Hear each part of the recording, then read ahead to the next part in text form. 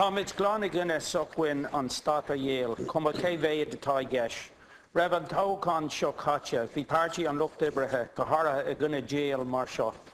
Tá an rialtas ag cúr an lucht ar an EU agus an IMF, agus de réir a chéile níl an dara rogha again. Tá rogha eile ann agus níl sé riacht an ácht, leanúint leis na policy seo.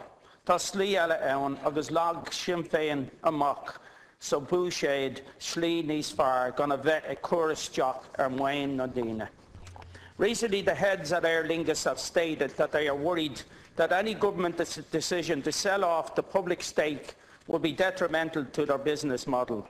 This is a model which made a €71 million profit last year, nearly double on the year before. A 25% stake of that may not cream as much from that profit as the once-off payoff that we could get for selling that stake on the open market. But that is real profit coming to the state year on year on. 71 million is a lot of profit, never mind taxes and incomes which are provided by this Irish company.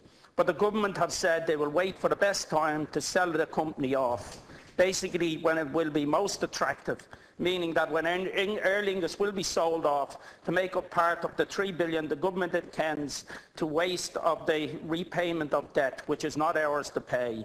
It would be even more profitable than it is now, thus being an even more juicy cherry to pick for the private business world.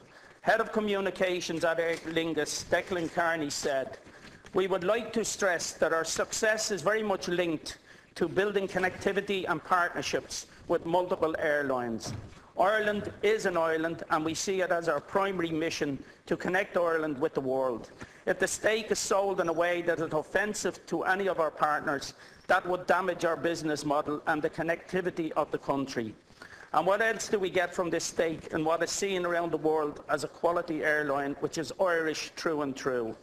Michael O'Leary, who I wouldn't be in the habit of quoting very much, said that the future of Aer Lingus, if it was sold off, Aer Lingus will be broken up because everybody else only wants certain bits, the Heathrow slots and maybe the long haul. Nobody wants the short haul because they will have to compete with Ryanair. This is a good point because if we sell off Aer Lingus, we lose these slots to the private market, who will do with them what they wish, with no concern for the connectivity of Ireland other than what suits their bottom line. Minister Varadkar said to the Irish Times there was no longer any strategic value in owning the Aer Lingus stakes. But when we consider the not a red cents and the second bailouts and other outrageous statements by Leo, maybe we shouldn't give that too much consideration. The state is not an entrepreneur or inventor which can just move on to the next project using the capital from the last sale. Our state assets, like Aer Lingus, the ESB, Bord Gáis and Kilge, like Telecom Éireann was, are vital to the interests of the people of this state. The bottom line, the quick sell-off and the one-time payoff does nothing for us. The ESB is a profit-making company. It employs 7,000 people. In 2010, it made 340 million in profits. Bord Gáis done the same. And the arguments that we're only selling off non-strategic assets, this is the arguments that have led to the privatisation and the further privatisation of companies and the loss of jobs and the loss of well-paid jobs and state jobs. And there is an ideology here that of selling off the state assets, and there's a drive to privatisation from this government, and we in Sinn Féin thoroughly oppose that.